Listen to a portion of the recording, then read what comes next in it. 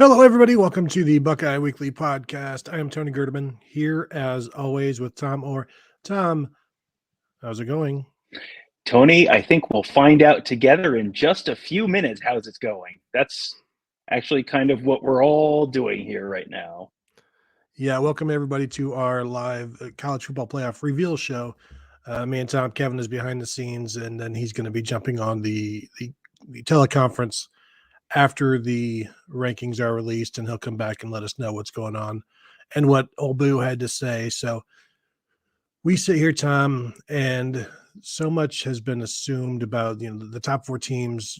The four playoff teams at this point are Georgia, Michigan, Tennessee, or TCU, and USC. And we haven't really thought about or talked to. There hasn't been much talk about until like the last, I don't know, couple of hours about, well, what's the ranking going to be like tonight? And hey, don't be surprised if Ohio State is number 4, because why shouldn't they, based on this season at this point? Because the committee doesn't look ahead to what's coming up this week. Right. And that's kind of the interesting thing is you on the morning show for tomorrow morning, for Wednesday morning, I went back and just kind of tried to pull like some just objective rankings, just SP plus kind of stuff and resume rankings and strength of schedule and who's got the best win and all that kind of stuff. And you look at USC's resume right now, and there's basically no argument for USC ahead of Ohio State unless the only thing you're looking at is who had the more lopsided margin of defeat in a loss. Not even necessarily the worst loss, the more lopsided margin of defeat in a loss. And, well, Ohio State was at home and USC's was on the road. Other than that, everything else says Ohio State should be ahead of USC right now. And that, I think, I guess if USC is ahead of Ohio State this week, that's probably not great news for Ohio State, because then Ohio State can't improve its resume this weekend and USC theoretically can. And if USC beats Utah, they certainly will be. But okay, we are already they're diving right in. So let's get started. Number 25, NC State. Oh boy, they can't. NC State cannot stay out of the rankings. Number 24, Mississippi State. Yeah, okay. Number 23, North Carolina. North Carolina just can't. They've lost a couple games in a row, and they've somehow fallen only like 9 spots. And their best win is question mark. So, yeah, you can tell the ACC guys running things this year. Number 22, UCF. Number 21, Notre Dame. Notre Dame falls 6 spots after a competitive loss on the road at USC. That's maybe to number 5, USC. Yeah, at number 20, Texas. Number 19, South Carolina. Number 18, Tulane. Number 17, UCLA. Number 16, Oregon. Oregon dropped 7 spots after losing close on the road to an Oregon State team that has been ranked a bunch in these rankings already. I already have some questions about this whole thing. It's like moving week, where they're just, you know what, let's get rid of these guys. Let's start moving some people up. Get rid of these. We don't need to talk about these people anymore. Let's really punish some people, and let's see if we can get the ACC up here going here. Yeah, South Carolina jumps up 6 spots for beating Clemson. At least 6 spots. Yeah, they weren't ranked last week. They weren't ranked last week, so they've moved up at least 6 spots. Number 15, Oregon State. Okay. Number 14, LSU. LSU took more of a tumble than I was expecting. I thought they might be more like 9 or so. Florida State up to 13. Washington 12. Utah 11. Up 3 spots. That is setting up. Okay, here's my conspiracy theory already. Utah moving up 3 spots to number 11 means they've got USC behind Ohio State right now, and they are setting themselves up for, if USC wins, that's the reason to jump them over Ohio State, because they're number 11, and and that's why Utah has moved up so much. Yeah, because Utah has not looked good the last couple weeks. No, that's certainly a USC Ohio State thing for which, however they want to use it, whether it's now or later on. Yeah. But yeah, that's a pretty decent jump for what they did. Now, I believe they did have a blowout win this week, right? Utah, yeah, they beat Colorado, which, yes, congratulations. Exactly, everyone had a blowout win over Colorado this year. So now we should be seeing Kansas State, Penn State. Yeah, well, I'm just thinking, Kansas State, Tennessee. Penn State. Yeah, I mean the last 10 are going to be some combination of Georgia, Michigan, TCU, USC, Ohio State, Alabama. Oh, here's number 10, Kansas State. Yep. All right, and that's that's setting up to be a good win for TCU. And if they lose to number 10 Kansas State, well, they beat number 10 Kansas State earlier in the year, and that's their best win. And we can, so far in terms of ranked wins, that's TCU's best win. Kansas State was the highest 3-loss team. Yeah. Previously. Yep. And then they are again here. Have we seen Ole Miss? Is Ole Miss out of the rankings? They should be, because they were 20 last week. Is Texas out of the rankings? No, Texas is 20. Texas, yeah. Okay. So there's Clemson number 9 down. Clemson down one spot after losing to South Carolina at home. At home. So Ohio State should only drop 2 spots. Penn State ahead of Clemson is very good news for Ohio State. Mm-hmm. Because Penn State's not going anywhere. I mean, theoretically, Clemson could jump up Penn State, but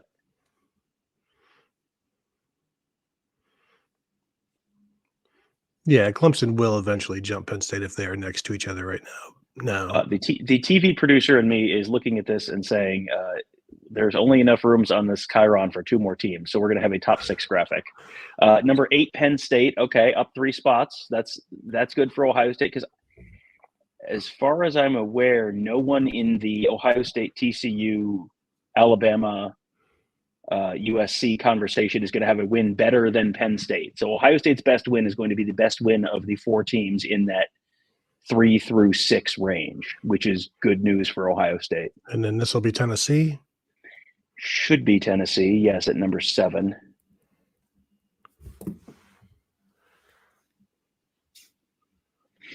Up 3 spots for Penn State is pretty good. Yeah. Yeah, Penn State being solidly top 10, where there's not really a way they're going to fall out of the top 10 at this point.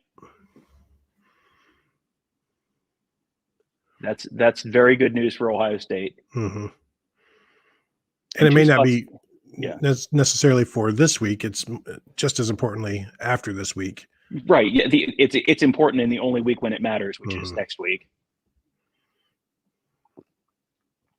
By the way, how crazy is it that this is the last one of these that we do this year? Because the next time is Sunday and it's at noon and it's the only one that matters. Yeah, and we won't be doing a live one then because we'll be watching. I don't know. Are we doing a live one then? Well, I don't know where we're going to be. Are we going to be at the Woody Hayes on Sunday? Yeah, we might be. At noon. It's number 7 Tennessee. As expected. And now a commercial break? Yeah, probably. 10 Kansas State, 9 Clemson, 8 Penn State, 7 Tennessee. 6 has to be Alabama. You would certainly think so. It's you go through all the objective rankings, and this is something that, again, I went through and just pulled numbers and did not go in with the idea, let me pull the numbers that is going to make Ohio State look better. It was just, let me pull the numbers. Mm-hmm. And the numbers were all very much Alabama's schedule. Like, Alabama's schedule is better than Ohio State's, but it's not, Alabama was like number 22 in SP Plus strength of schedule. Ohio State was like 38 or 39. But, very much it was like TCU, Ohio State were very close. Alabama was a little bit ahead. USC was way behind. USC was like 53rd in strength of schedule. And by all the other metrics, Ohio State has a far better best win than Alabama. And again, Alabama, the argument for Alabama is essentially, well, they didn't lose a game by 3 touchdowns. That's it. Mm-hmm. They've lost to worse teams than Ohio State has, and they've lost 2 of them. So no commercial break. Here we go. Alabama, number 6. Okay, so functionally, Alabama is out unless both TCU and USC lose, and TCU probably has to get blown out. So that is a very, very, very big piece of good news for Ohio State right there, that Alabama is number 6. You could see them maybe bumping Alabama up, but they did not, which is good. That's what the numbers say they should do, because Alabama, again, their best win was Ole Miss or Texas. And it's like, okay, you have your best win is a 1-point win against number 20 Texas at this point because Ole Miss is out of the rankings. Wow. Number 5 Ohio State. Boy, that's not good.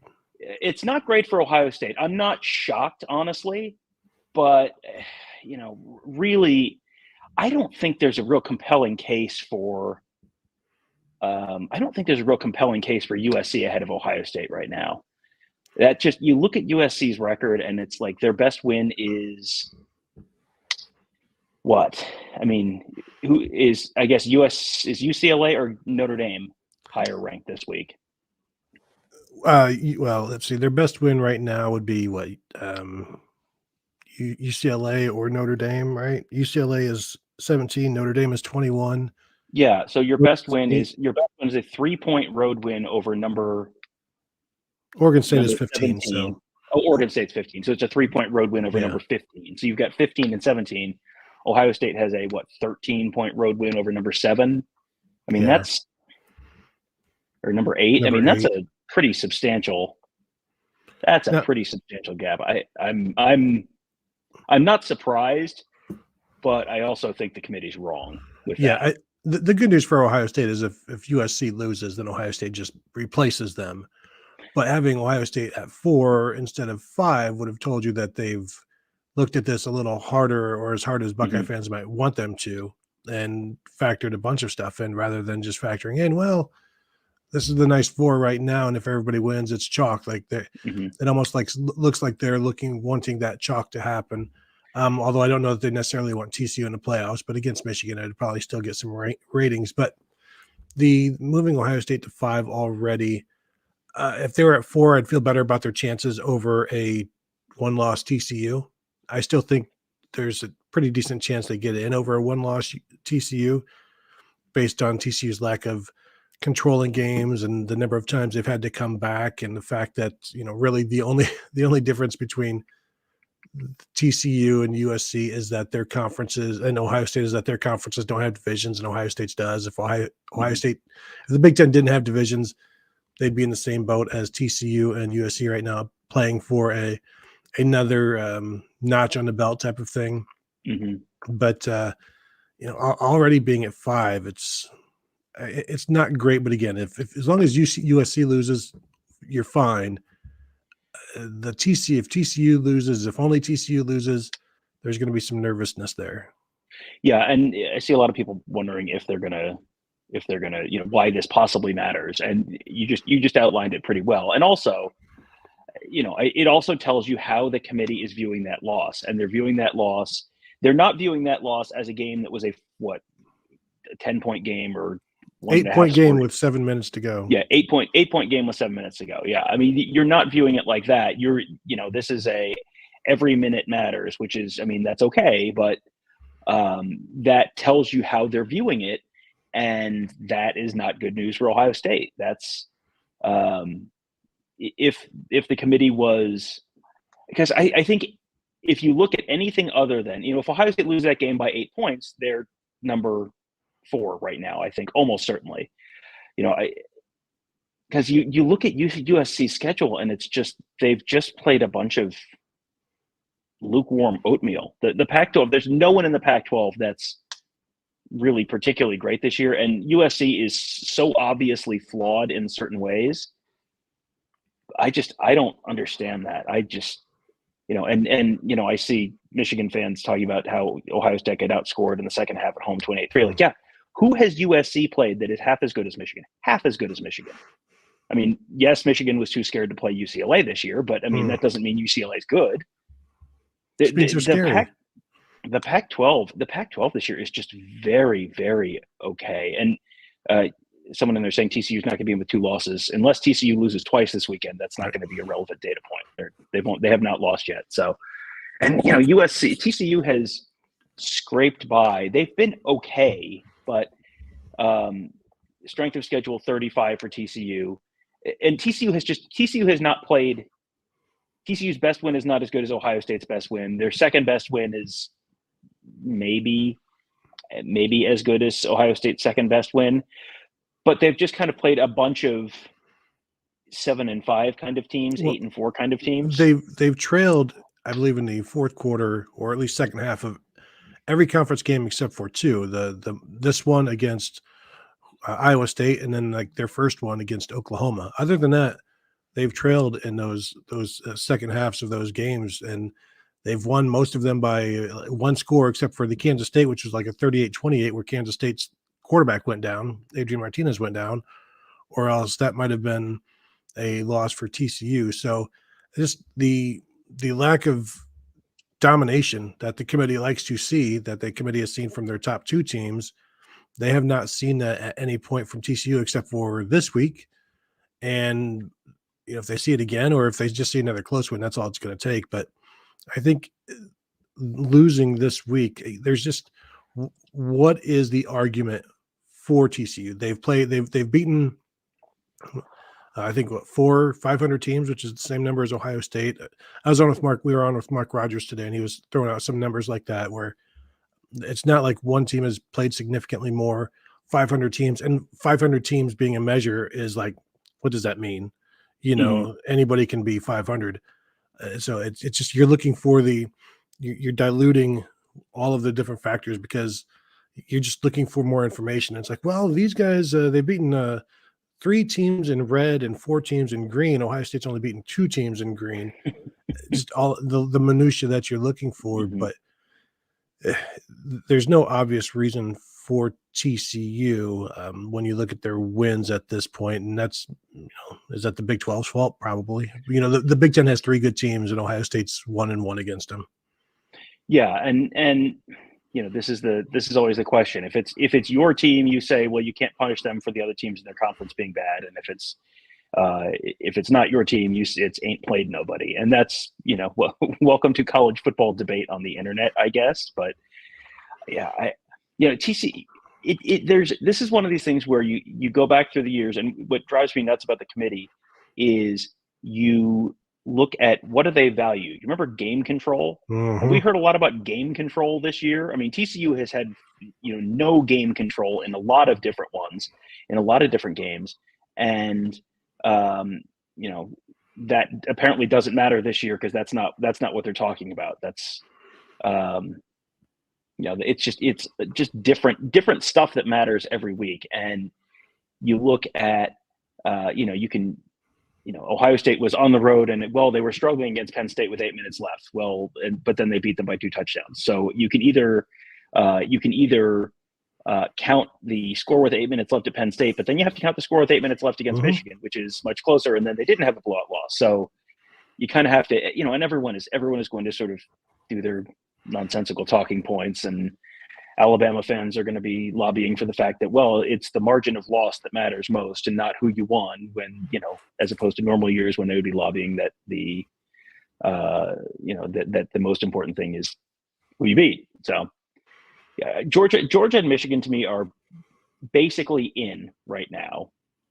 TCU, how much does TCU have to lose by to get knocked out this weekend? Oh, how much does TCU have to lose by to get knocked out? Because is it 1 point? I don't think it's 1 point, because they're now 2 spots ahead of Ohio State. That's where I view this as an issue for Ohio State, is now you're 2 spots behind TCU. Mm-hmm. So does TCU have to lose by a touchdown? Do they have to lose by 10 points? Well, I think anything more than a score is more ideal, because if it's just a 1 possession game. If it's a 2 possession game, then you can start to creep in and look at everything else. I still think TCU has, say they lose and they have 12 wins. How do their 12 wins measure up against Ohio State's 11 wins? And it's, as Kevin said today on the Mark Rogers show, it's never been about playing in a conference championship. That's not one of the data points. The data point is winning a conference championship.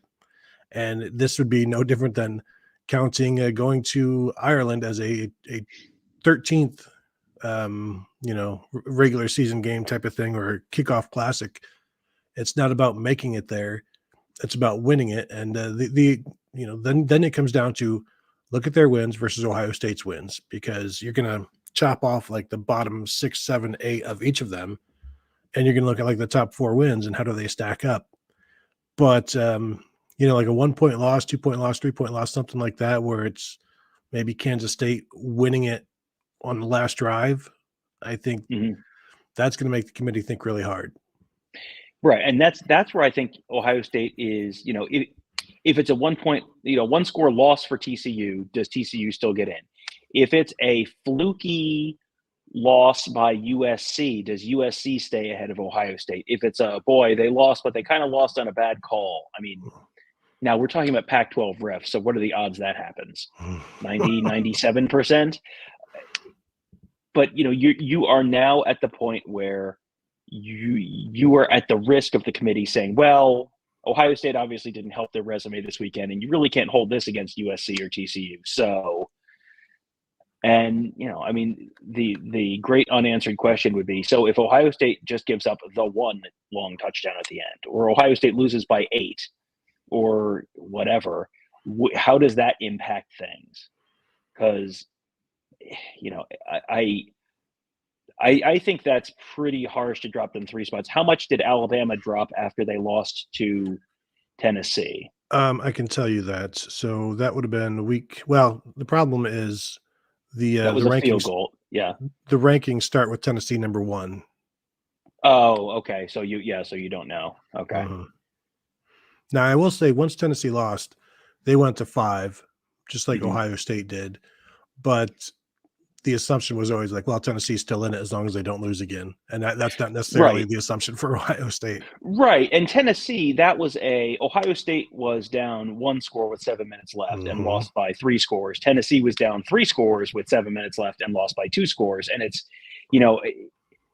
is the committee that impressed by that sort of window dressing touchdown at the end of the Tennessee Georgia game? Well, in fact, I remember Boo Corrigan was asked about this, and he was asked specifically, did the committee see that Tennessee lost to Georgia as one-sided? And he said, yes, it was a one-sided game. It was the Oregon game was one-sided and the Tennessee win was one-sided. So I don't think they will see the Michigan win over Ohio State as a one-sided game.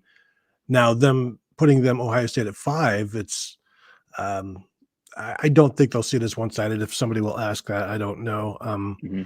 But it wasn't. No matter, it's like, 28-3 in the second half is fine, but it was, as we said, it was an 8-point game with under 8 minutes to go, so it's not really one-sided when Ohio State was leading at the half as well. Yeah, and that's one of the things that's, I think, probably frustrating to people looking at the committee is what matters, and the answer kind of depends. The answer is always, it depends.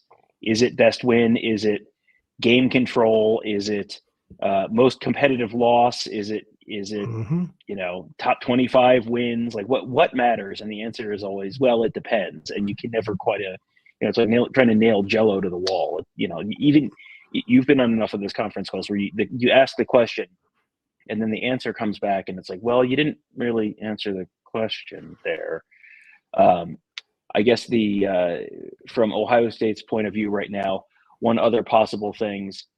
Here's the quote. We talked a lot about wins, talked about that earlier with TCU, kept winning games, finding ways to win. On defense, has given up like 19 points over 4 games. Well, those 4 games have been against, let's see, Texas Tech. No, have given up 14 points. They gave up 28 to Baylor. They gave up 14 to Iowa State, 10 to Texas, 24 to Texas Tech. I don't understand that quote. But I'm not Boo. That's true. You are famously, you are not Boo. Yes, the college football playoff selection show Sunday at noon. Noon is the TCU game, and when is the Pac-12 game Friday? Yes. Okay, so Pac-12 is Friday. So realistically, there's a decent chance Ohio State fans go to bed on Friday night knowing whether they've got a real chance to get in or not. And otherwise, it's just, cross your fingers and hope that Kansas State beats TCU by 20. Tom, what happens if, now hear me out. So, okay, Georgia wins, Michigan wins, TCU gets killed, USC loses, gets killed. Then it's, then talk it out, Tom. Yeah. Oh, I know exactly what it is. Then it's Georgia and Michigan and Ohio State and Alabama. is what probably happens, unless they say, Kansas State jumps. If Kansas State really kills TCU, Kansas State's a 3-loss team right now. Yeah, 3-loss team. Okay. They would just make Michigan number 1. Probably. To avoid probably. The Georgia versus Alabama, Ohio State versus Michigan semifinals. Although those would be incredible for so many reasons. Yeah, I mean that would be a lot of fun, and I don't know that they do that, because that way you guarantee yourself a Big Ten versus SEC championship game, which is going to be a much more broadly interesting game nationally. True. And what is the argument for jumping Alabama over Ohio State in this scenario where nothing has changed with either of their resumes? So they say they don't change the rankings to avoid that. So no, I'm interested to hear what Boo Corrigan has to say about, has Michigan closed the gap with Georgia, because Georgia has always had a gap on Ohio State and Michigan and everybody else. Has Michigan done enough now to close the gap, and having a win at Ohio State, has that done enough? And at some point, can they justify moving Michigan ahead of Georgia? Does it depend on how Georgia looks this week and how Michigan looks this week? If Georgia, I think their chance to do that was this week. I think because then it's very easy. That's a very easy thing for them to have done this week, because Michigan has a 3-score win on the road against what was the number 3 team in the rankings. Georgia looked kind of like crap against Georgia Tech for long stretches of the game. And then the thing is, it's very easy to flip it back the other way next week, because Georgia's playing number 10, 13 LSU, 13 or 14 LSU, 14 LSU. Michigan is playing unranked Purdue. So it would be very easy to say, well, Georgia added another ranked win, and so you have to flip them back over Michigan. So I don't know, unless Georgia loses, even if it's a 13-10 Georgia LSU game and Michigan beats Purdue by 70, we can have that conversation then. But if Michigan goes 59-0 over Purdue, sure, we can have that conversation. But I think if the committee actually wanted to do that, or thought that those teams were really that close, you would see Michigan ahead of Georgia right now, because then it's very easy to flip them next week if it comes to that. I was just going to try to make a case for Purdue being ranked, because they are 8-4. Mm-hmm. I can't do it. Losing in the non-conference to Syracuse and having a win over Indiana State and a couple of losses in Big Ten play, I can't. Sorry, I wanted to get all upset, and if they were in the ACC, they'd be in there, but I don't even know if they would be. Yeah, this does feel like the last year of, is this the last year of no divisions, or are they doing one more year of divisions? I think they're doing one more year of divisions. Yeah. One more chance for the Big Ten West to send a non-competitive team to Indianapolis and lose by 3 to 7 scores. So they've got that going for them, which is nice. Luke Fickell will get it done. Yeah. Maybe. He'll win the Big Ten in 1 year, and then from that time on, he'll never get into the Big Ten championship game again, because there are no divisions.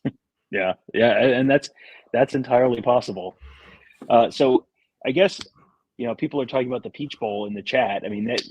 I think now you're looking at almost certainly, unless you have Georgia lose, and they shuffle the rankings around to make it so that you don't have a rematch, I think you're looking at Ohio State probably playing in the Peach Bowl, right?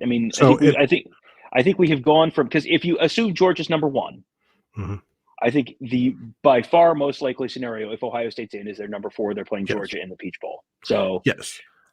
However, if Georgia loses, then they go to 2 or 3, and if Ohio State still gets in because of USC or TCU losing, then you're playing Michigan in the Fiesta Bowl. Yeah, I think, okay, so Michigan jumps to number 1.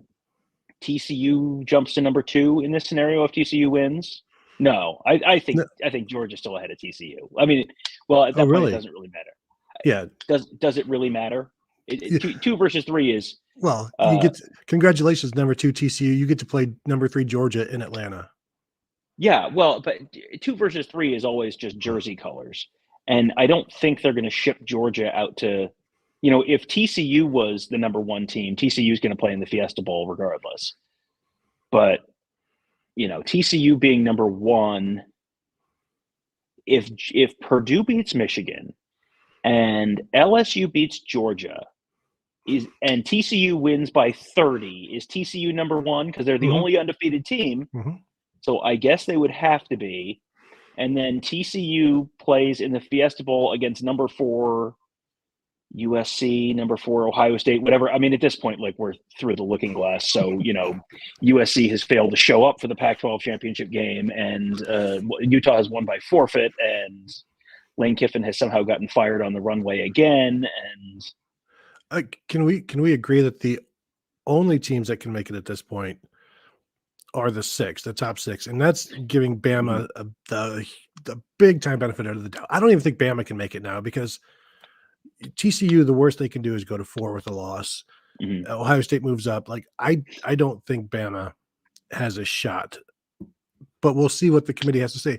I'm interested to see where they think of Bama. Are they talking about Bama and Ohio State and USC or whatever? How close is that? But I think we just have a top 5 that actually has a shot, because Bama can't pass Ohio State at this point, and I don't think they would pass TCU if TCU loses and falls back.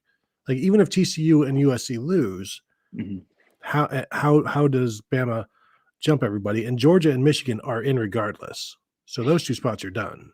Yeah, and Kevin is. I think Kevin said in the chat at one point that Boo Corrigan. Someone in the chat asking, who is Boo?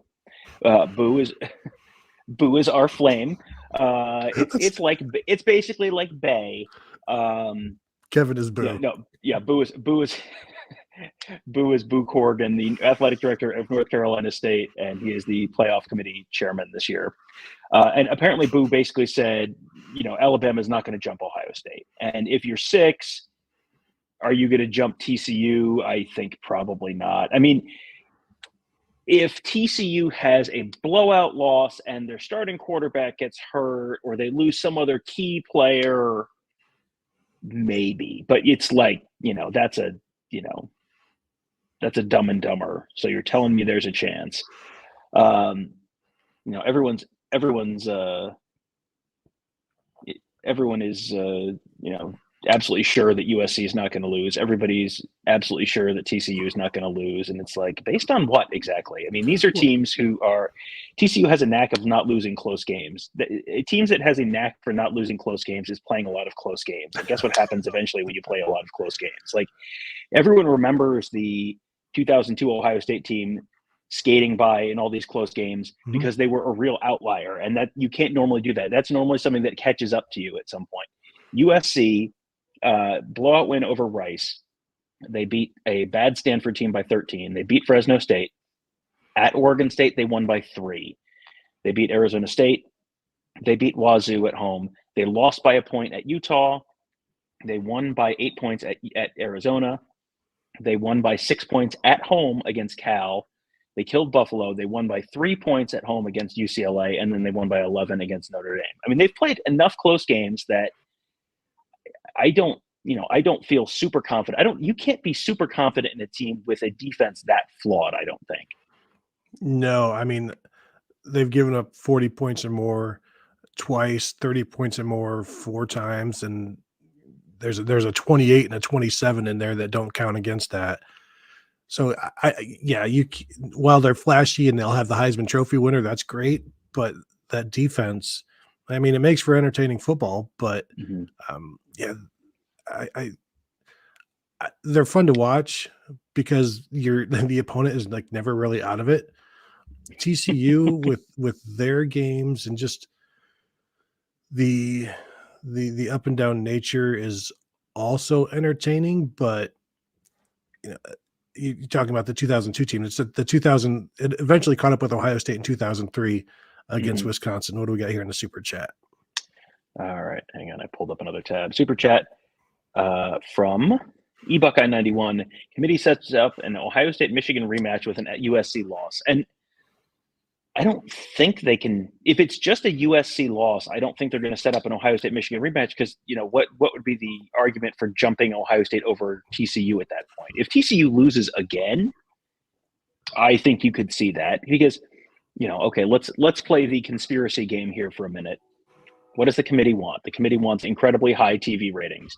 The TV ratings for the semifinals have not been good because the games have been lopsided and they've been, it's New Year's Eve and it's a bad time to have games on and all that kind of stuff.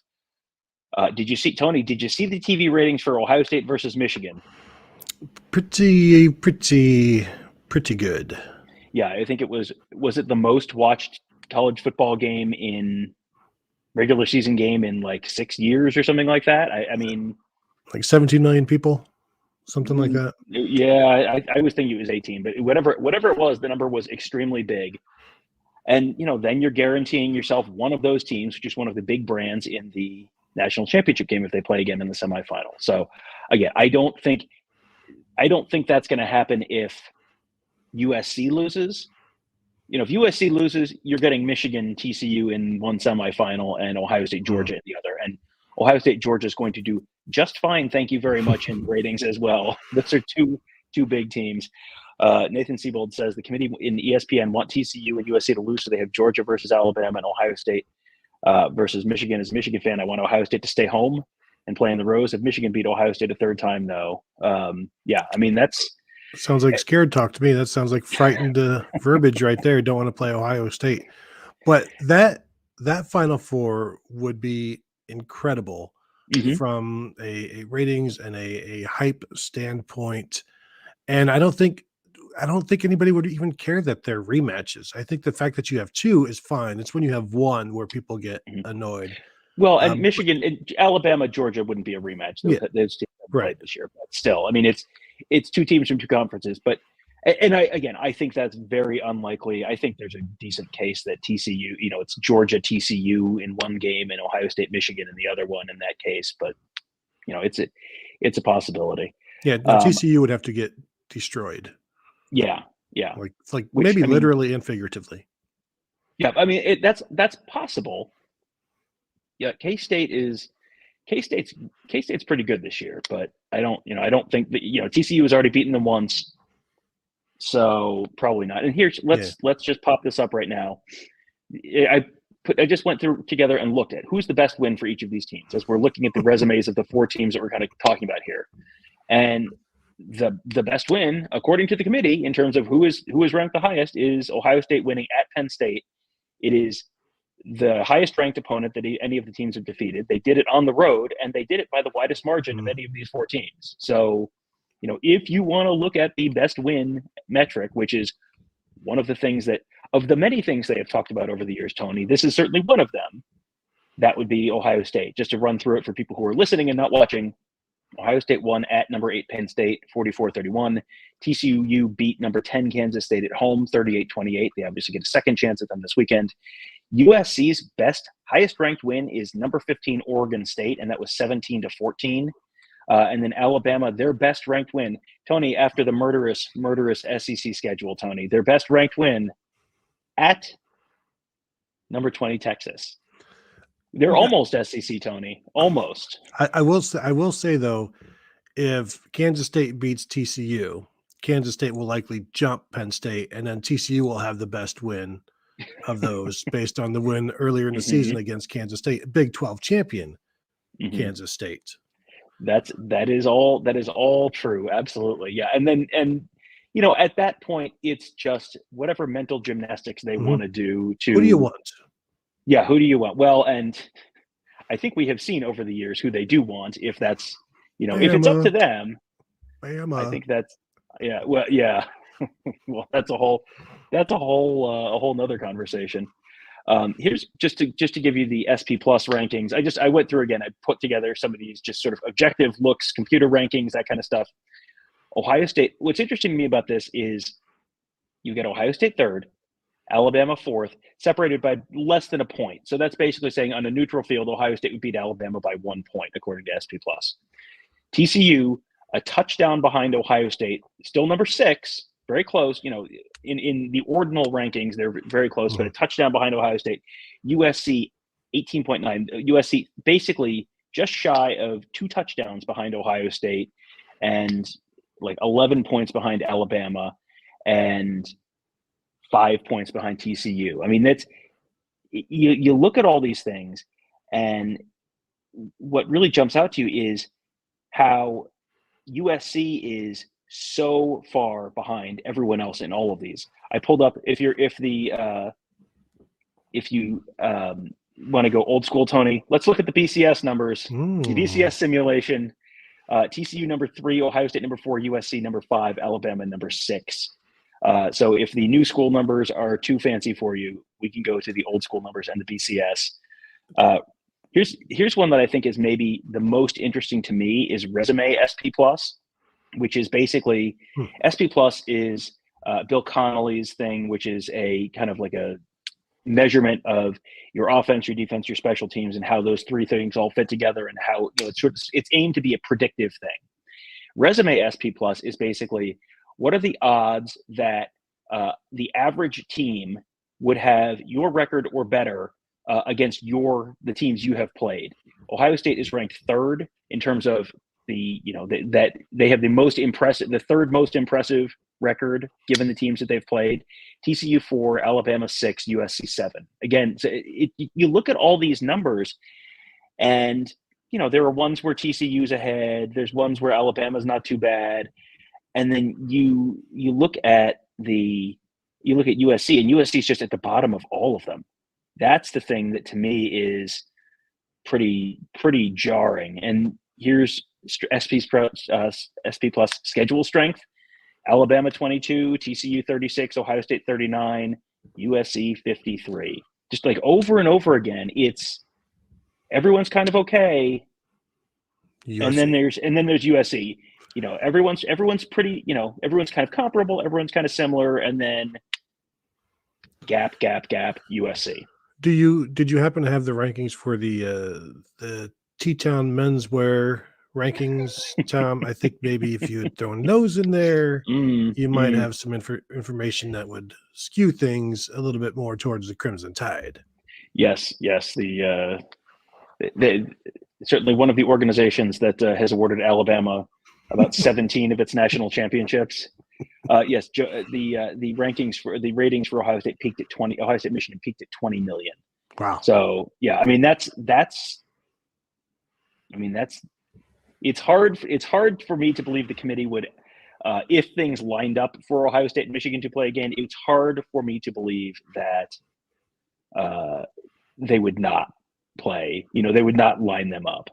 But it would, like the super chat earlier, I don't think that a USC loss makes that happen immediately. It would take both teams to win to get there. And Ohio State versus Michigan for a national championship. Now you might lose the southeastern portion of the country because they're going to be so mad that they're not in it. So they might just not choose to partake. But boy, you want to talk about pressure and stakes in that one. I bet if that happens, Tom, I know for the Michigan week, we did 2 podcasts today of two Buckeye weeklies. I don't even want to think about what we would have to do for a national championship, because it's more than just 1 week of buildup. It is more than 1 week of buildup. It's also not a holiday. It's also, I mean, is anyone in the city of Columbus getting any work done, or the city of Ann Arbor getting any work done in the build-up to that game? I mean, that will be. Sorry, yeah. Mega Slow says, so the way I read this is that unless USC loses, Ohio State better get used to the Rose Bowl, because they're not going to pass TCU even with a loss. And I think that's probably, let's fact check this and rate that as mostly true. I think that's probably true, unless you get a real edge case kind of thing where TCU loses. If TCU loses by 17 points or 14 points, maybe, because then, then you've got a really bad loss, and that's a loss to a team that is well behind Michigan in the rankings right now. So, Ohio State has the better win. Ohio State has the better strength of resume. Ohio State, the strength of schedule for those two teams is extremely comparable, 36 versus 39. And, what's the tiebreaker going to be, Tony? TV ratings. So if the committee can set up Ohio State and, if TCU gets absolutely bombed, it's possible, but I still don't think so. That Ohio State would get in ahead of TCU if USC wins. I will say that if Ohio State doesn't make it, I don't think the Rose Bowl is a guarantee, because the Ohio State fan base does not want to go back out to the Rose Bowl, and Ohio State knows that. And so, there may be some conversations going on to where, maybe not this year, maybe Miami instead against Clemson or something like that would be more favorable for a fan base that doesn't necessarily want to fork over all the dough to go back out to California after another Michigan loss. So there's some unhappy people right now about the possibilities of going back out to the Rose Bowl. Yeah, but I mean, is the Rose Bowl really going to take a Penn State team that Ohio State beat in Happy Valley by 2 scores? Do they want to sell tickets? I mean, how excited are Penn State people right now? I also don't, is the other question is, with the Rose Bowl kind of being the fly in the ointment right now with the CFP, does the Rose Bowl really want to tick off Ohio State? And, right, as the Rose Bowl is kind of being, they're adhering to tradition, let's say. I don't know that they're going to want to tick off Ohio State there. And, they're not contractually obligated to take them, but it's, we had the verbiage on our show after the game, and it was something along the lines of, we'll show preference to the higher ranked team. So, with Penn State not being very close to, Penn State's 3 spots behind Ohio State right now. Ohio State has a head-to-head win on the road by multiple scores. Ohio State is a bigger TV draw than Penn State is. All of that. But if Ohio State isn't super keen on going to the Rose Bowl, yeah, I will believe the Rose Bowl passes up a chance to have Ohio State come there when I see it. What I'm saying is, if Ohio State tells Rose Bowl, we're good. We don't, we'd rather not. No, please put us in the Cotton Bowl against Tulane. Is that what Ohio State wants in this scenario? No, they would. I'm sure they would be making sure that it's not that game. It would. Well, it's not going to be the Fiesta Bowl. It would have to be like the Bowl. It would have to be like the Orange Bowl against Clemson, something like that. I'm trying to think of the Orange Bowl's contractual tie-ins, because the ACC and anybody else. Basically. Okay, ACC and anyone else in the Orange Bowl. I mean, yeah, okay. I just know Ohio State knows that Buckeye fans are not interested in going to the Rose Bowl this year, and I'll just say hard disagree locally, like extremely locally, like on this couch that I'm sitting on. I've been to Hollywood, Florida. Like, I'm good. We did that a couple of years ago, and I mentioned on the message board, somebody mentioned like what a terrible stadium it is, and it's like it reminded me of like a closed down SeaWorld and an abandoned SeaWorld from 1992. Now, we did go there in the pandemic, so it was not necessarily a sold out place, but that place was it's just a block of cement out in the middle of wherever. It's a block of cement in the middle of a parking lot in the middle of a suburb of Miami. It's like, okay, like a not particularly close northern suburb of Miami. It's not like, oh, you could drive and get there from 5 minutes from downtown. No, it's like half an hour. And we did that in a game where there were 16,000 people there, something like that. So it wasn't even like there was traffic. It was just, there's nothing that I have ever seen from that stadium at any point involving any college football game that makes me think that is a tremendous venue for college football. We should do that. Yeah, Sons of Sarek mentioning like OSU would be without Stroud. Would the Rose Bowl want that? Although, Tom, Penn State might be without Sean Clifford. They sure might. Honestly, Ohio State being without Stroud probably makes it a more interesting game for Ohio State fans, because at least then you have the, you've seen CJ Stroud. I don't think CJ Stroud is this, and fairly or not. I don't know that C.J. Stroud is this incredibly beloved figure that Ohio State fans will, forever, cherish every moment they have together. I think Ohio State fans would be just as happy to watch, sell the future in that game, and that's.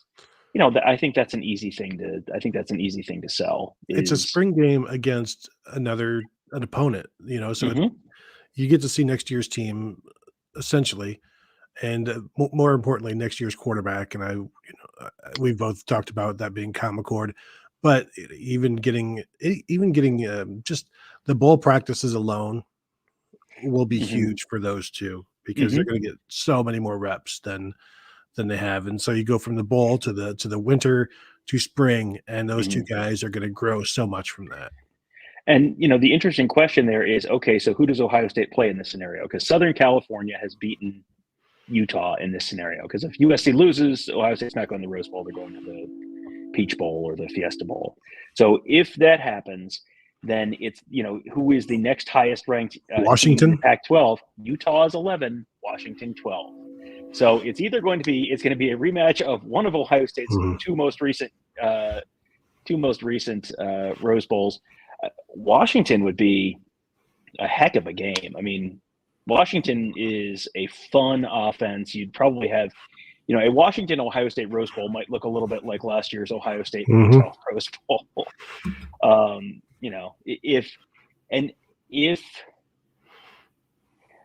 If you don't want to see Ohio State play Utah again, you should root for anything except a USC 1-point win over Utah. Because if there's a 1-point win over Utah, there's no reason to bump Utah down. And someone says I think it's what no more cowbell says I think it's Washington without their QB. I mean, does Michael Penix skip the Rose Bowl?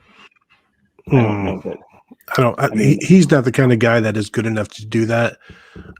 He's got a lot of flaws. He may think he doesn't, and he's put up a lot of numbers, but I think the NFL would like to see him against a very good pass defense like Ohio State's. I'm just going to read you two of the three headlines when you Google Michael Penix NFL draft. Sports Illustrated. To those asking if Penix would opt out of a bowl game, are you kidding? ? And Michael Penix Jr. undecided on the NFL draft, but will play in UW Huskies bowl game. So no, they would play Michael Penix and Washington in that scenario. That would be it. I mean, that would be an interesting. That would be an interesting game. I mean, I would enjoy. Yeah, I would. It would be an entertaining game. And, we just went out to Pasadena last year to watch Ohio State play a very entertaining shootout Rose Bowl against Utah and get to watch a game in my favorite stadium. And I know Ohio State fans are not thrilled at that possibility, but fine by me. Like that is a great way to start a year. So, but we'll see. I think there's still very much a possibility that Ohio State gets in. Gets in over USC if they lose for sure, and then there's a way they get in over TCU, but if TCU has to lose by a couple touchdowns. And the Rose Bowl this year is, I know they love their traditional January 1st, but they don't like going against the NFL, and so it's a January 2nd game this year. I do get annoyed at the Rose Bowl. They are so tradition laden and good, but they're so staunch about not wanting to change things and move things. But they do it every 4 or 5, 6 years for the NFL because they can't compete against them on a Sunday and choose not to. And the networks don't want it, so they acquiesce and they move. And I would be fine if they are the that's the national championship venue every year. That would be fantastic, but you can't because they're not going to bid for it every year because they're the Rose Bowl. They shouldn't have to bid for it every year. Yeah, that would be. I mean, that would be the best. That is the best college football venue there is. Period. Full stop. No, I don't know what number 2 is, but that's what number 1 is. And if you have not been to the Rose Bowl, I will give you the same speech I give every time Ohio State goes to the Rose Bowl. If you have not been to the Rose Bowl, go to the Rose Bowl. I understand everyone is all up in their feelings right now and very upset about everything. Go to the Rose Bowl because all the other games are in the same soulless crap NFL stadiums. oh, we can go to the big expensive stadium in Atlanta. We can go to the big expensive stadium in Glendale. We can go to the big expensive stadium in Arlington. Like, they're all the same. It's all garbage. Go to the Rose Bowl when Ohio State goes to the Rose Bowl, or when your team goes to the Rose Bowl, or just go to the Rose Bowl as a neutral person, and you will still have a good time because it's still an awesome place to watch a game. Just leave early. And but Buckeye fans were there last year, so you're going to ask them to spend $1,000 on plane tickets, $500 on 2 nights of a crappy hotel, because it's LA, so everything is very much expensive, and it's a lot to ask of Buckeye fans to do it 2 times in a row. It's different when it was 1996. It was different when it was 2017, 18, whenever, and it's different when you haven't been there in a while. When it's the same, you're asking people to do something that they just did last year, and they're still probably paying for it. Some of them are still paying that trip off.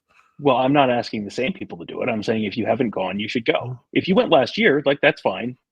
You went. And frankly, I think if you went last year, you probably are thinking that would actually be fun because that was a really good event. But yes, if you were still paying off last year's bowl trip, yes, I will play Dave Ramsey here and say, do not spend the money unless you have the money. But if you have the money and you have not gone to the Rose Bowl, in the words of Ferris Bueller, if you have the means, I highly recommend it.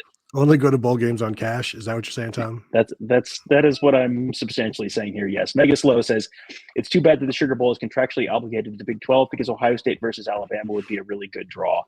And yes, but how many starters are playing in that game? Is Bryce Young playing in that game? Is CJ Stroud playing in that game? That's also why it's fun. Jahmyr Gibbs playing in that game? Is Jackson Smith and Jigba playing in that game? I mean, the answer so far in my head is no. And Will Anderson's not playing in that game, and which, I mean, that's fine. Like, that's still a tremendous helmet game, but no, it's not going to happen. Oh no. I just read Jordan Kepler. Oh, hang on. Let's see. Jordan Kepler says, I think what Tom is saying is to go to Jerry World. Listen, Jordan, of all the college football stadiums that are not college football stadiums that I've ever been to, that are across the street from a Walmart, that is definitely one of them. Yeah. We have traveled to Jerry World twice. We went there for the Cotton Bowl in 2017 against USC, and we went there for the TCU game in the regular season in 2018. And I think I speak for at least myself when I say I'm good. Like, I've seen all that Dallas has to offer. I have seen all that Jerry World has to offer. Like, that is no offense to the good people of DFW, but that is I have not been to an Egg Peach Bowl, but of the 5 other New Year's Six sites that we've been to, that is number 5 on my list. Like, yeah, no, we good. But Tom, the wall of candy, and also the chips and the nachos cheese that they have, the queso blanco, it's so good. Yes, they have food at the Rose Bowl too, famously. Is that right? JD Morris says, I went to Myers last game, and it was an amazing experience. That would be the 2018 season, 2019 Rose Bowl against Washington. Took my uncle, who's the biggest fan I know. I will cherish that experience for the rest of my life. That is, honestly, there are a bunch of games where I have to think about what stadium we were in. Like, every time we're at the Rose Bowl, we're at the Rose Bowl. It's the Rose Bowl. There's nothing like the Rose Bowl.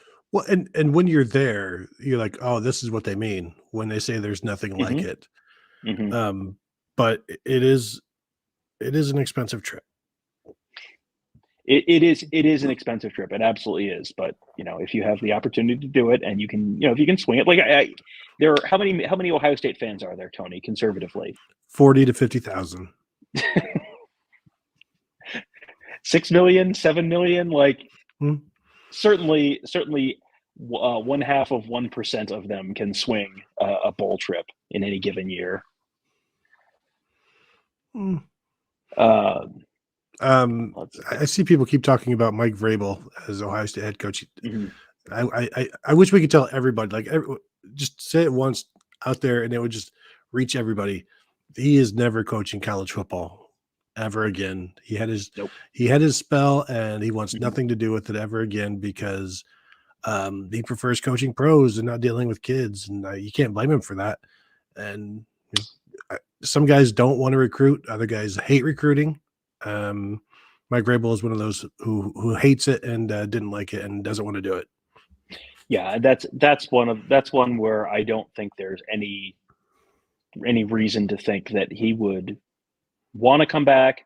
I don't know that there's any real reason to think he would be a great college football coach. I mean, he might, but you have to want to do the recruiting thing. And quality of life for an NFL coach is so much better than the quality of life for a college football coach.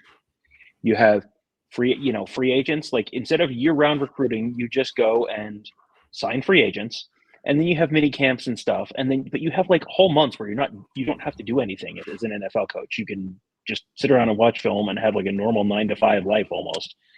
There are not very many months when a college football coach has a normal 9 to 5 life and isn't texting and DMing and like getting on, I don't know, TikTok or whatever to DM recruits. Like, it's a pain in the butt. And if you were a grumpy old curmudgeon like Mike Vrabel or myself, like, yeah, you would not, there is nothing about that would be super appealing. So no, that is not going to happen. Comment from Go ahead. So comment from Tay Yoon. I like Fickle, but is he better than Day? Tom, somebody should do a Buckeye Weekly podcast where we rank the Big Ten's coaches. I think we should. Let's in fact go back in time. Let's say last night and do that very show. Tony, where did you have Ryan Day as compared to Luke Fickell? I had him number 2. I had Ryan Day number 2. I had Luke Fickell number 3. I'm going to make Luke Fickell earn being in the top 2 and being next to Jim Harbaugh. I also had Jim Harbaugh number 1 right now. I had Fickell number 2, and the reason there is when you look at what Luke Fickell took over versus what Ryan Day took over. Ryan Day took over a team that had just gone 13-1 and won the Rose Bowl, won the Big Ten, killed Michigan, and just had the one dumb game at Purdue, and then went to the college football playoff year 1, went to the college football playoff year 2, and then has kind of just ticked down just a little bit the last couple of years. Luke Fickell took over a team that Tommy Tuberville had just flown the plane into the side of a mountain, and they went something like 4-8 their first year, and then they have trended up and had 2 years in a row where they lost 2 games. One was to Georgia, one was to Alabama. And, as far as being an AAC team goes, those are games you're allowed to lose. And they barely lost to Georgia, and that was I think that was a Peach Bowl. And, they gave it away. Yeah, everyone's going to say, yeah, Georgia was playing a bunch of guys. Georgia should not be like 3 players away from losing to Cincinnati. Like, I don't care who the 3 players are. Georgia should not be 3 players away from losing Cincinnati. And as Tony said, they really did give it away. I think they had one of their offensive tackles get hurt or something, and then they couldn't pass protect towards the end of the game. There was something like that. I remember we were watching that game in the hotel down in New Orleans, and then went over to the stadium to cover the Sugar Bowl. So we didn't actually get to see the end of the game, but it was something like that. And, if you do that and you turn Cincinnati into a consistent winner and nearly make the conference championship game again this year, despite the fact that you really don't have a great quarterback, I mean, that's fine. We'll see if Ryan Day wins another Big Ten championship at Ohio State next year, then that's fine. We can revisit that then. But yeah, I think I'd have Fickell ahead of Day right now. And this, if Ohio State doesn't make the playoffs, then it will continue the history of Ohio State not winning a national title with a returning starting quarterback. So next year, Buckeye fans, would be your year to win a national championship with a new starting quarterback. So get excited. I'm just going to harp on that all season long. They actually have a chance now because they have a new starting quarterback, and everybody will be like, yeah, because Stroud's gone. Here's one from It's Just Me, Tim. If Ryan Day goes to the NFL, can we get Deion Sanders? Yes, you could. That is a thing you could do, yes. He's currently fielding. He had an offer from Colorado. I haven't seen if he did anything to about the offer from Colorado. No, I don't think Deion Sanders would. I'm sure Deion Sanders would gleefully take the Ohio State job. I do not believe it will be offered to Deion Sanders. Shouldn't Georgia Tech just be like, please come coach our program, come take over, be Atlanta, just lock up Atlanta for us. I do think it's fascinating that Deion comes out and is like, yeah, Colorado offered me the job. I'm talking to them. Like, I like the openness. Like, Deion, you don't know how to do this. Like, you're not supposed to talk about who's talking to you. But it does get, it worked for Mel Tucker. It works for all of these coaches when they talk about who is talking to them. Now, it doesn't mean Jackson State is going to pay Deion like $6 million because Colorado is talking to them, but it might mean somebody else is going to come up and, like, well, if Colorado's paying you that, they're offering that, we will offer you this. Like, building the interest. It is just an odd thing. Like, everybody has talked about Deion won't be there for long, but when he's like openly talking about this, like, you thought Lane Kiffin was playful. Like, Deion doing this is pretty wild. Yeah, Deion doing this is very interesting. I haven't decided if he's sort of in the self-promoter bucket with people like Hugh Freeze or whoever. This is Fort Wayne Buckeye, very interesting. Georgia Tech promoting their interim coach Per Thamel, and that's Brett Key. What's interesting is Willie Fritz from Tulane was linked to that job like very, very, very closely for a while now, and I was surprised to see that they kept Brent Key, because Brent Key did a very nice job after Jeff Collins got fired. Like that program was lost, and they played some pretty decent football after he took over. But man, Willie Fritz to me is like exactly what they need, where it's shined up option. It's shined up Paul Johnson, basically, where you're running the triple, but it doesn't look like you're running the triple because you're not running the old Flexbone Academy style triple. That at a school like that, where you have the academic requirements that they do there, I think you need that kind of coach. And we'll see. Key did a nice job, and maybe that works out. But man, I was pretty surprised to see that Willie Fritz didn't get that gig.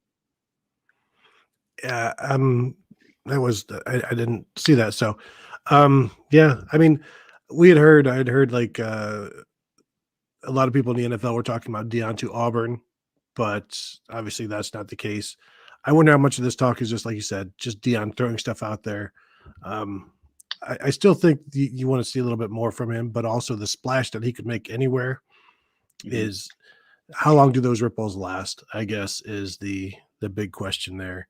Son of Sarek says, if Lane Kiffin was hired, I would revoke my Ohio State fandom. Let me let you in on a little secret. If Lane Kiffin is too damaged goods for literally Auburn, which is a school that is not as what's the word, Tony? Reputable, choosy. Lane Kiffin at Ohio State's never happening. I think Lane Kiffin to Michigan, Lane Kiffin to Penn State, like none of those things are going to happen. No. I would love to see like Lane Kiffin at Purdue or something after Jeff Brom goes to Louisville, but it's not going to happen. But I would love to cover Lane Kiffin in some form or fashion. I think that would be fun. I said at some point last year that as soon as Lane Kiffin and Mike Leach took head coaching jobs in the same state, that is the most tempted I've ever been to in my life to move to Mississippi and just write a book about that. Because have you seen like Cleveland.com now has a rivalry beat where one guy's going to cover like Ohio State, Michigan, Cleveland, Cincinnati? Like, imagine being that guy down there in Mississippi where you just cover these two guys. And I would be like, as long as their press conferences are on like opposite days, like Harbaugh Day did Monday, Tuesday, give me that. And then let's just go to town. So a weekly thing on Michigan, huh? What must that be like? Troy V says, I hear Scott Frost is available. Do you need any ditches that need dug? Here's an interesting question. Do you think we take a transfer quarterback next year? So I guess for 23, does Ohio State take a transfer quarterback? You're going to have Kyle McCord. You're going to have Devin Brown, and you're going to have mystery quarterback number 3. Is he from South Dakota? Listen, Tony, I don't know. It's impossible to say right now. But, you're going to have – let's put it this way. If they only have the 2 scholarship quarterbacks and they don't get a scholarship guy for 23 or a guy they're, happy with for 23, yes, they will absolutely take one. I think they might think about taking one anyway, because here's how I'm expecting things to go. I'm expecting Tony to not have a clear-cut answer coming out of spring ball as to who the starting quarterback is, and it might drag itself into fall camp as an open competition. Your thoughts? Wow, Tom, that's prescient. It's really hard to find a starter in spring ball. You don't want to be too hasty on that. You want to give everybody the full complement of attempts and reps in spring practice. And also, you know what? Why not fall camp as well to really get the best look? Sometimes I've seen teams that will have one guy start the first game and another guy start the second game. That way you really know. And sometimes those teams make the playoffs. So I think you just don't want to be hasty in making that decision. But a transfer quarterback, I know people are talking about like, hey, why not get a starter like Jeff Sims out of Georgia Tech or something like that? I don't think they're going looking for a starter. I think they feel good about the guys they've recruited, and they'll ride with those guys. They are not Lincoln Riley. They don't need to go find somebody in the portal. We found someone in the portal. His name is Kevin Noon. He just transferred here from, I don't know, like the Upside Down or something. Kevin. Absolutely. Kevin, you know how you were how I know you were in somewhere spooky? How's that? Because you were talking to a guy named Boo. Well, the call was scary because the questions got kind of dumb as the night went on. What? I know. But there were a couple of good questions by some of our peers. I'll go through my notes as I typed shorthand the best that I could. I'm not nearly as good at this as Tony is, but we'll give it a shot. What that means. Ooh. They were asked, he was asked, Ohio State, Michigan game, second half went bad. What's the view of the game? Was it more of a blowout or a close game that got out of hand at the end? How much will the committee guard against recency bias? Boo said that recency bias is something we do talk about on a regular basis to make sure we're looking at the full body of work. It was talked about in the room that going into the early fourth quarter, the game was close. Can't completely dismiss that the fourth quarter ended, though, with Michigan taking over late. There's a lot of respect for Ohio State in the room and the wins that they've had this year. Let me stay on here. We got to hang on. We got a super chat. We got to hit real quick. Yep. From King. Do you think QB1 for next year is currently on the roster? I personally don't think we're going to go after DJU from Clemson or Finn from Toledo. Also, how hard do you think we're going to hit the portal? We need at least 3 DBs. I think the easy one on there is QB1 for next year currently on the roster. I think the answer is a resounding yes. Does anyone disagree with that at all? Nope. No. The hypothetical where they go after DJ Uiagalelei. Did anyone watch the Clemson USC game or the Clemson South Carolina game? No. The answer is no, Tom. Nobody did, but I'm sure everybody knows that it did not go well. I always get. I just tweeted out earlier today, like my least favorite thing about transfer portal season, and he's not even in the portal, but you have a lot of fans who think like anybody in the portal is better than the guy they want to replace on their team, and it's rarely the case. That's why you only go and grab a couple of guys out of the portal per year. Yeah, I go back to the court case of green grass versus sour grapes. And yes, anybody in the portal is instantly better than anybody on your current team if you're not happy with your current team. Now, I do wonder what DJU would look like under Ryan Day, because I assume it would be better than what he looks like at Clemson. But at this point, there's no reason to think that he's magically going to become a national championship level head quarterback. And, I think not that he couldn't transfer to Ohio State, but are you going to transfer to Ohio State and be in a quarterback battle with 2 other 5-stars who have been there for 1 and 2 years longer than you, which seems like you're setting yourself up to not be the starter. So you're transferring to then not be the starter. And is Ryan Day going to guarantee him the starting job? Why on earth would Ryan Day guarantee him the starting job when he has 2 guys who he likes who have been on the roster for 1 and 2 years? And if he comes in and is guaranteed the starting job, those 2 guys are both going to leave, and then you have huge depth problems down the line. Like that's the thing. DJ is going to want to go somewhere he can play and he can start, and that the path to the field at Ohio State is not particularly clear. I'm going to add in with the recruiting aspect of it too. Obviously, the recruiting his brother Mateo. But they want to keep recruiting St. John Bosco. Bring DJU in. have him sit on the bench, have him feel like he got a raw deal, have dad feel like he got a raw deal and everything else, and see how successful you're going to be recruiting St. John Bosco. You have to make a long-term decision here when you look at this situation. And I know it's really easy for people to say, throw a scholarship DJU's way. Then you get Mateo. Then then you have this in at Bosco. They already have an in at Bosco. It doesn't necessarily mean they get everybody.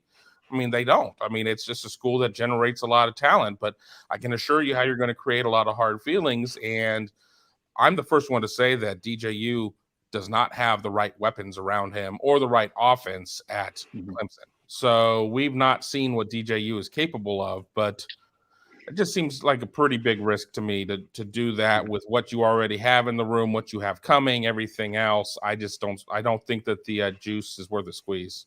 Mm-hmm. And then as far as how hard they're going to hit the portal, I could see them going after an offensive lineman maybe if they're not sure about the depth there. Kind of depends on who all is coming back and who isn't. I could see that, I could see defensive backs being a thing because they could potentially. Ronnie Hickman said he's leaving. Tanner McAllister walked on senior day. So, you might have Lathan Ransom back. Josh Proctor walked on senior day. You've got a lot of safety spots open.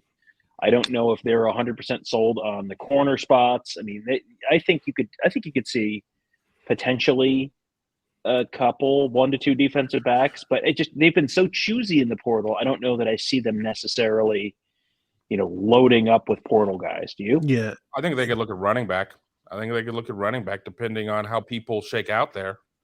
If somebody were to portal out and somebody were to go to the league and everything else, and I understand that they potentially could be taking 2 running backs in this class if the numbers equate right or whatever, but I think that having a veteran running back could be something that could happen if we were to see Mayan go to the league, if we were to see another running back decide to look elsewhere. I think that a running back would make a lot of sense.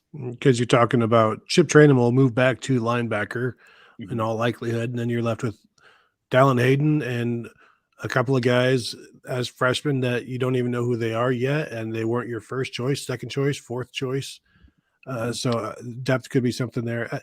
Safety, at some point you want to play Sonny Styles, so that's one of the spots. I think Cam Martinez has been very up and down this year, not so much up, but more down at nickel. Is that a position that you want to explore, or do you move a corner there? And they've got some corners.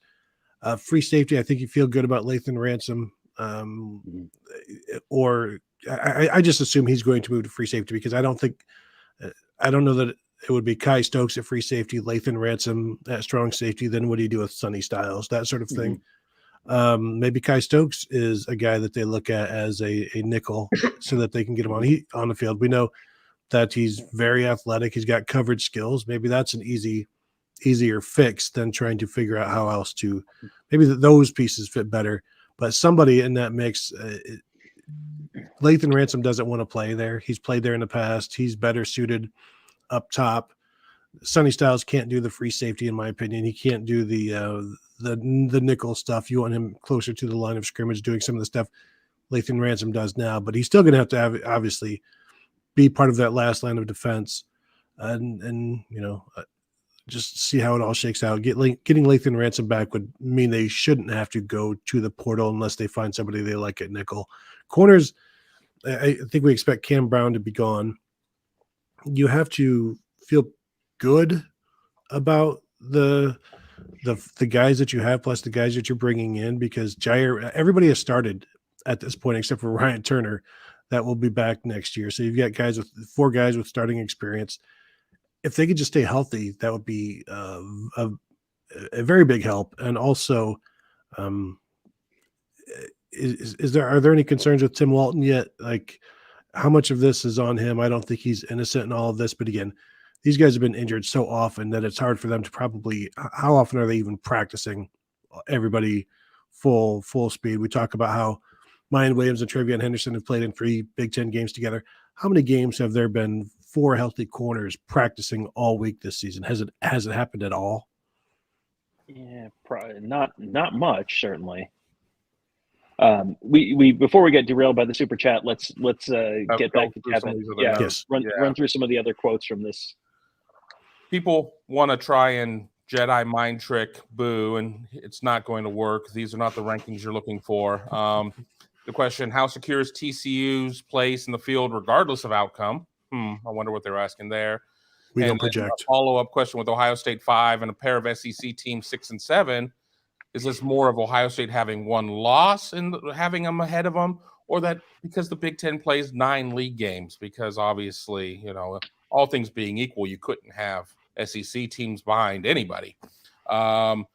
We have TCU as the number 3 team in the country, 12-0, 6-0 against 500 teams, 500 or above teams, quality wins. They win games. Their D has gotten stronger.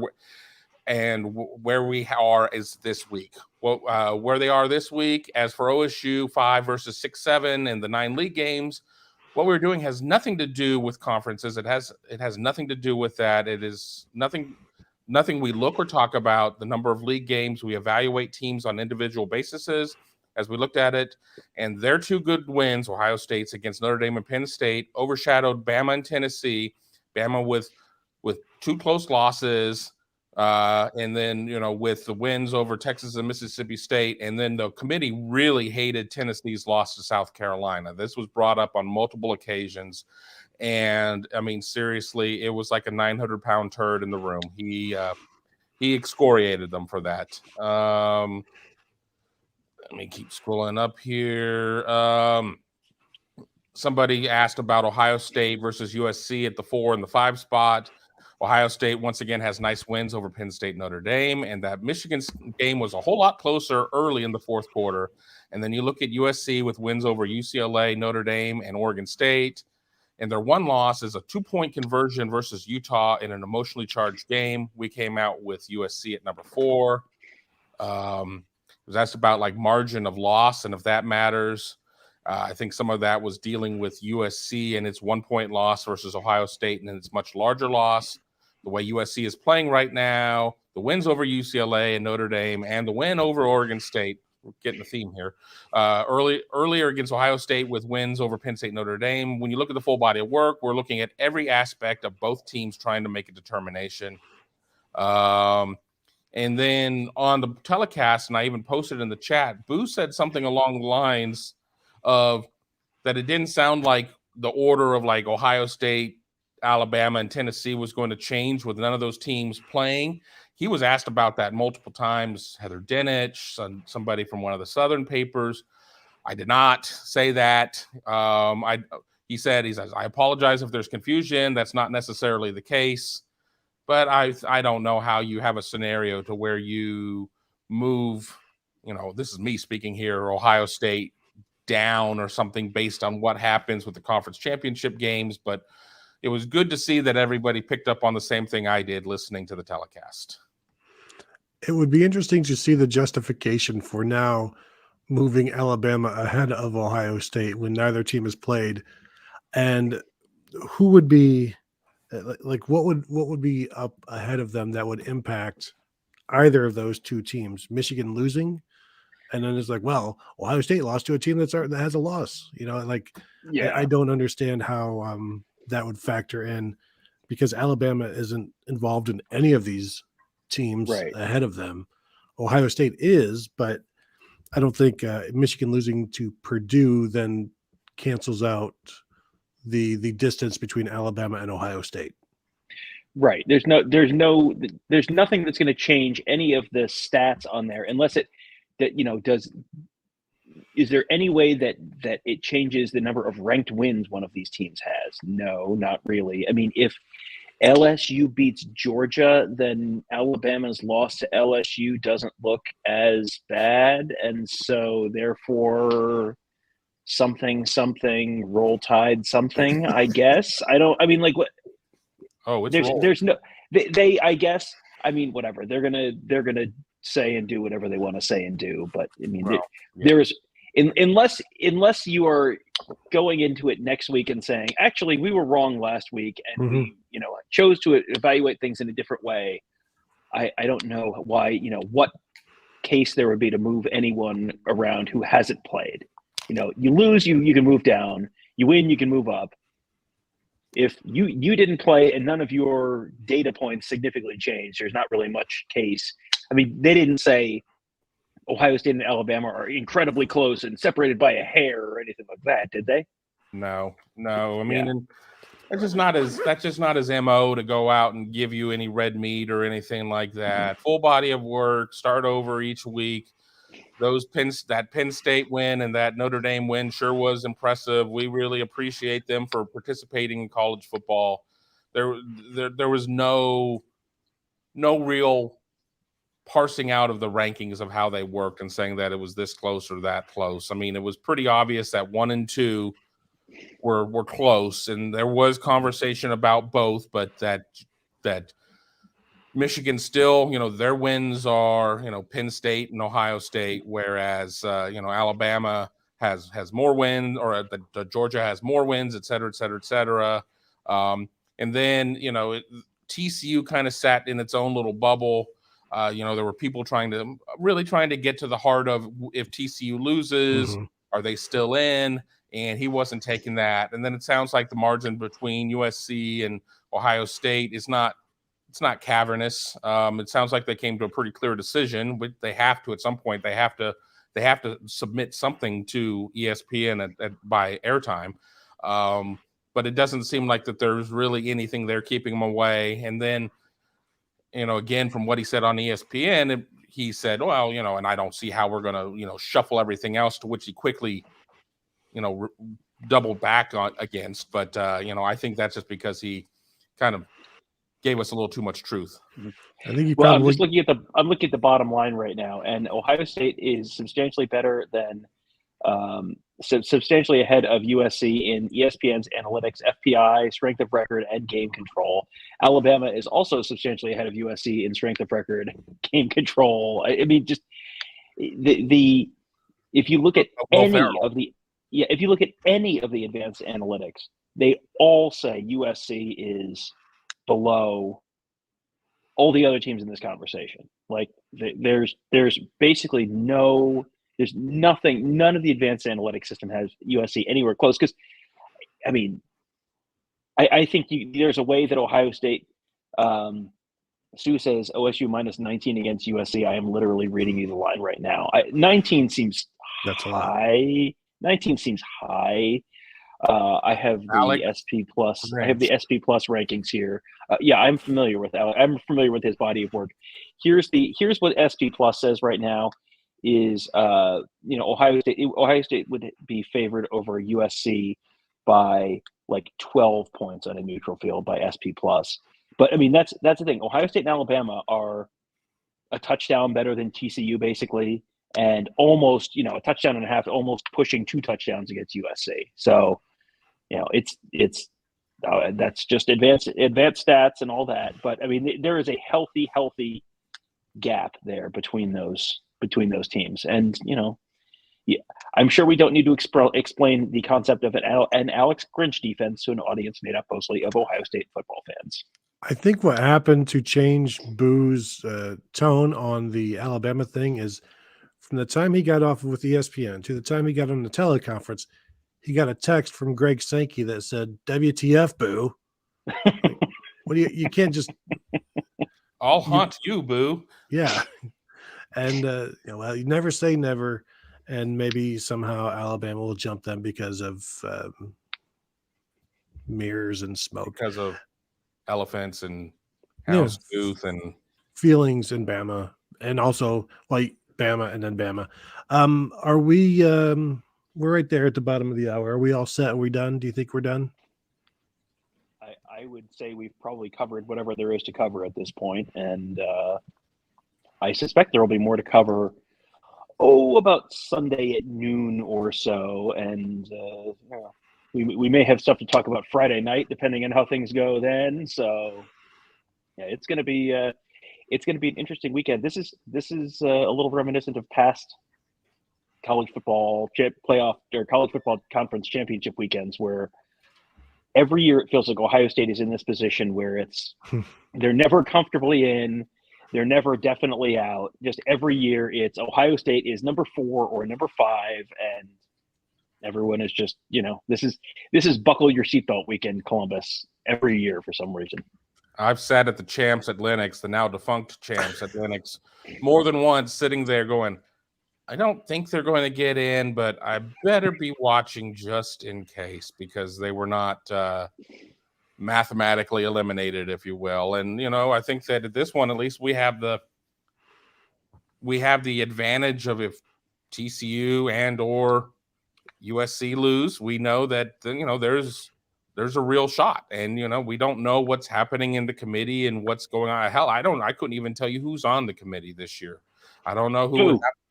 Well, I know Boo. And, but outside of that, I don't know who has to leave the room when Ohio State's discussed and everything else. But one of the best decisions that Gene Smith had made, in many years, was getting off of that committee, because, he had to leave the room at that point, and you really can't, vote on your own horse. So, there's no real advantage of being on the committee. I don't think if you're a team that plans on being well represented. I guess if you're NC State, that's not as much of an issue. All right, then I think that will do it for us. I want to thank you all for joining us with the watch along. Thank you for the questions. Thank you for the super chats, as always. Thank you just for being civil there in the chat for the Ohio State fans, at least. Thank you for that. As always, you can find us at BuckeyeHuddle.com. Join up, say hello to us on the message board there, and also if you're watching this right now, if you want to hit that thumbs up, that would help us a lot. And if you want to subscribe, that is also cool. Hit the bell to be notified as well. You can find us at youtube.com/BuckeyeHuddle. That will do it for today. Thank you all for joining us, and we'll talk to you guys later.